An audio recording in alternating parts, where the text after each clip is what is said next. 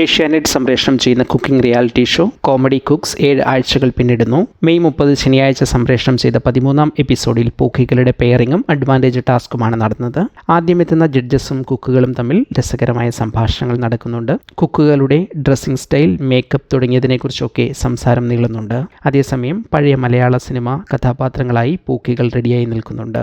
ഈ ആഴ്ചയിലെ pairing method ഇങ്ങനെയാണ്. പഴയകാല നടന്മാരുടെ ചിത്രമുള്ള പഴയകാല സിനിമ ടിക്കറ്റുകളുടെ മാതൃകകൾ പ്രദർശിപ്പിച്ചിട്ടുണ്ട്. അതിൽ നിന്നും ചിത്രം നോക്കി ഒരു ടിക്കറ്റ് സെലക്ട് ചെയ്യണം. ആ ടിക്കറ്റിലെ ചിത്രമനുസരിച്ച് പൂക്കിയെ ലഭിക്കും. ഈ ആഴ്ചയിലെ ടീമുകൾ ഇങ്ങനെ: ഹംഗിരി മഹി, ജയനായെത്തിയ ശ്രീവിദ്യ മുല്ലച്ചേരി എന്നിവരുടെ ടീം, സന്ധ്യാമ്മ, മധുവായി എത്തിയ കെബിൻ എന്നിവർ, ജിയോ മച്ചാനൊപ്പം ഉമ്മറായി ഡെയിൻ ഡേവിസ്, സാബുമോന് ലഭിച്ചത് ജോസ് പ്രകാശ് ക്യാരക്ടറിലെത്തിയ നെവിൻ, സുചിത്രയ്ക്കൊപ്പം കറുത്തമ്മയായി മീനാക്ഷി, അനുമോളും നസീറായി സുബിൻ ടാർസണും, അൻസിബയ്ക്കൊപ്പം സത്യനായി എവിൻ.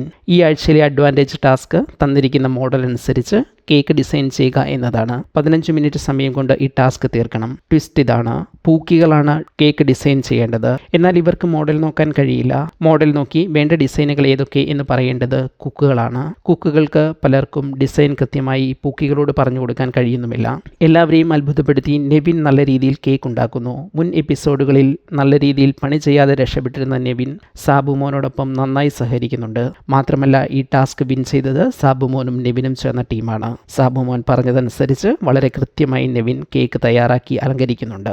അടുത്ത കുക്കിംഗ് എപ്പിസോഡിലേക്കുള്ള സ്പെഷ്യൽ ഗസ്റ്റായി 7 മുത്തച്ഛിമാർ ഷോയിൽ എത്തിയിട്ടുണ്ട്. ഇവർ കുക്കിംഗ് ടൈമിൽ ഓരോ ടീമിനൊപ്പവും ഉണ്ടാകും. ഇവരുടെയും നിലവിലെ കുക്കുകളുടെയും പൂക്കികളുടെയും പ്രകടനം അടുത്ത എപ്പിസോഡിൽ കാണാം.